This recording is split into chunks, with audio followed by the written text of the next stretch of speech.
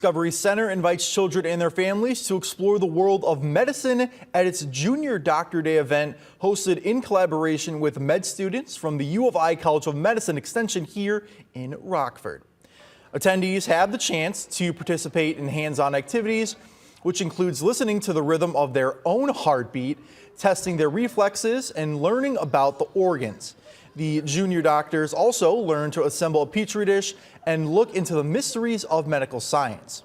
Organizers say this event is a chance to educate young minds who are interested in becoming tomorrow's doctors.